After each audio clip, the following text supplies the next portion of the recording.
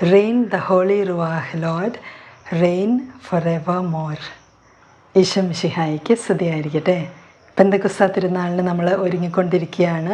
ഓരോ ദിവസവും ദൈവവചനത്തിന് അധിഷ്ഠിതമായിട്ട് നമ്മൾ ഓരോ കാര്യങ്ങളിങ്ങനെ റിഫ്ലക്റ്റ് ചെയ്തുകൊണ്ടിരിക്കുകയാണ്, വിചിന്തനം ചെയ്തുകൊണ്ടിരിക്കുകയാണ്. ഇന്ന് നമ്മൾ കാണാൻ പോകുന്നത് ക്ഷമിക്കേണ്ടതിൻ്റെ ആവശ്യകതയെക്കുറിച്ചാണ്. ഫൊർഗിവ്നെസ്. നമ്മളോട് തന്നെയും നമ്മുടെ സാഹചര്യങ്ങളോടും മറ്റുള്ളവരോടും നമ്മൾ ക്ഷമിക്കേണ്ടതിൻ്റെ ആവശ്യകത. Unforgiveness is a very very big block. നമ്മൾ ആരോടെങ്കിലും ക്ഷമിച്ചിട്ടില്ലെങ്കിൽ നമ്മുടെ പാപങ്ങളും ക്ഷമിക്കപ്പെടില്ല.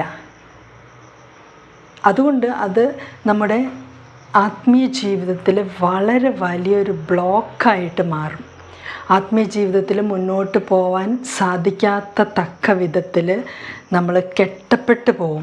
അതുകൊണ്ട് ഈ ക്ഷമയുടെ മേഖലയിൽ ആന്തരിക സൗഖ്യം ലഭിക്കുക എന്നുള്ളത് വളരെ വളരെ അത്യന്താപേക്ഷിതമാണ്. നമ്മൾ എന്തിനാണ് മറ്റുള്ളവരോട് ക്ഷമിക്കുന്നത്? മറ്റുള്ളവരോട് എന്തിനാണ് ക്ഷമിക്കുന്നത്? അവർക്ക് വേണ്ടിയാണോ? അല്ല, നമ്മൾ ക്ഷമിക്കുന്നത് നമുക്ക് വേണ്ടി തന്നെയാണ്. കാരണം നമ്മൾ ക്ഷമിച്ചില്ലെങ്കിൽ നമ്മുടെ ഉള്ളിലാണ് അശുദ്ധിയും ആത്മീയ തടസ്സങ്ങളും ഒക്കെ നിറയുന്നത്. സ്വർഗസ്ഥനായ പിതാവേ എന്നുള്ള പ്രാർത്ഥനയിൽ നമ്മൾ പ്രാർത്ഥിക്കുന്നുണ്ട്, പിതാവേ, ഞങ്ങൾ മറ്റുള്ളവരോട് ക്ഷമിക്കുന്നത് പോലെ ഞങ്ങളുടെ പാപങ്ങളും ക്ഷമിക്കണമേ. എന്തുകൊണ്ടാണ് പലപ്പോഴും നമുക്ക് മറ്റുള്ളവരോട് ക്ഷമിക്കാനായിട്ട് സാധിക്കാത്തത്? ഇപ്പോൾ ആരെങ്കിലും നമ്മളെ വിഷമിപ്പിച്ചു അല്ലെങ്കിൽ ബുദ്ധിമുട്ടിച്ചു എന്ന് കരുതുക. അപ്പോൾ നമ്മളുടെ ഒരു ചിന്താരീതി എങ്ങനെയായിരിക്കും? Thought pattern. എന്തിനാണ് ആ വ്യക്തി എന്നെ ഇങ്ങനെ വിഷമിപ്പിച്ചത്?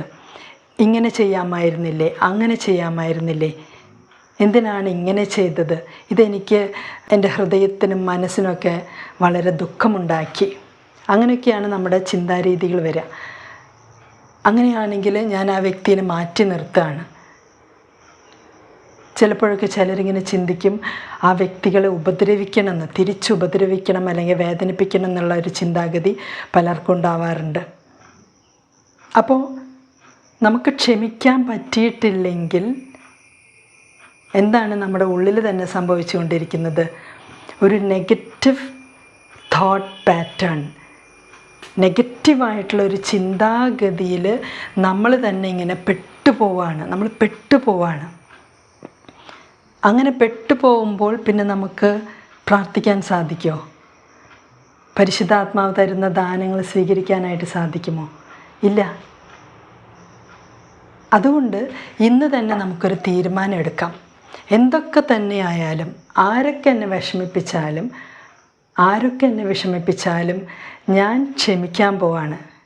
ക്ഷമിക്കാമെന്ന് വെച്ചാൽ സാരില്ല, പോട്ടെ, സാരില്ല, അയാൾക്ക് എന്തെങ്കിലും കാരണം ഉണ്ടായിരുന്നിരിക്കാം. അപ്പോൾ പലപ്പോഴും നമ്മൾ ചിന്തിക്കും, എന്തുകൊണ്ടാണ് എനിക്ക് ക്ഷമിക്കാൻ പറ്റാത്തത്? അതിന് പകരം നമുക്കിങ്ങനെ ഒന്ന് ചിന്തിച്ചാലോ, എന്തുകൊണ്ടാണ് ഈശോയ്ക്ക് നമ്മളോട് ക്ഷമിക്കാൻ പറ്റിയത്? എന്തുകൊണ്ടാണ് ഈശോ നിരന്തരം നമ്മളോട് ക്ഷമിച്ചുകൊണ്ടിരിക്കുന്നത്?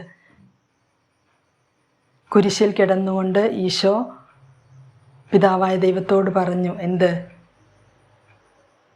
പിതാവേ, ഇവരോട് ക്ഷമിക്കണമേ, ഇവർ ചെയ്യുന്നത് എന്തെന്ന് ഇവർക്ക് അറിയില്ല. ആ ഒരു മനോഭാവം നമുക്ക് കിട്ടുമോ? ഈശോയ്ക്ക് നമ്മളോട് പൊരിഞ്ഞ സ്നേഹമാണ്. ഇപ്പോൾ നമ്മുടെ വീടുകളിൽ അമ്മമാരുടെ ഒരു ഉദാഹരണം എടുത്ത് നോക്കിയേ. കുഞ്ഞ് അല്ലെങ്കിൽ മകൻ എന്ത് തെറ്റ് ചെയ്താലും അമ്മയുടെ ഉള്ളിൽ സാരില്ല, അറിയാണ്ട് ചെയ്തതല്ലേ, ശരിയായിക്കോളും, അങ്ങനെയല്ലേ പറയാം. അപ്പോൾ ഫസ്റ്റ് ഓഫ് ഓൾ നമ്മുടെ ഹൃദയത്തിൽ സ്നേഹം കുറയുമ്പോൾ അല്ലെങ്കിൽ സ്നേഹം പൂർണ്ണമായിട്ടും ഇല്ലാണ്ടാവുമ്പോഴൊക്കെയാണ് നമുക്ക് ക്ഷമിക്കാൻ പറ്റാത്തത്. അപ്പോൾ ക്ഷമിക്കാനായിട്ട് 2 കാര്യങ്ങളാണ് വേണ്ടത്. ഒന്ന്, ഹൃദയത്തിൽ സ്നേഹം ഉണ്ടായിരിക്കണം. ഹൃദയത്തിൽ സ്നേഹമുണ്ടെങ്കിൽ ക്ഷമിക്കാനായിട്ട് ഈസി ആയിട്ട് പറ്റും. രണ്ടാമത്തെ ഒരു കാര്യം, ഈശോ ഒരു വ്യക്തിയെ നോക്കുമ്പോൾ അയാളുടെ നെഗറ്റീവ് അല്ല നോക്കുന്നത്, ആ വ്യക്തിയെയാണ് നോക്കുന്നത്. ആ വ്യക്തിക്ക് ഒത്തിരി ഗുണങ്ങളുണ്ടായിരിക്കാം, തീർച്ചയായിട്ടും ഉണ്ട്. അപ്പോൾ ആ ഗുണങ്ങൾ, ആ വ്യക്തിയെയാണ് ഈശോ നോക്കുന്നത്. പലപ്പോഴും നമ്മൾ വ്യക്തികളുടെ പ്രവർത്തികളും അവരെന്താ ഇങ്ങനെ ചെയ്ത് അങ്ങനെ ചെയ്ത് അങ്ങനെയല്ലേ ചിന്തിക്കുന്നത്. അപ്പോൾ എന്തായാലും നമ്മൾ ക്ഷമിച്ചേ പറ്റൂ. നമ്മൾ മറ്റുള്ളവരോടും നമ്മളോട് തന്നെയും പല സാഹചര്യങ്ങളോടൊക്കെ ക്ഷമിച്ചാലാണ് നമ്മുടെ ഉള്ളു തന്നെ നന്നായി ഒന്ന് ഫ്രീ ആവുക.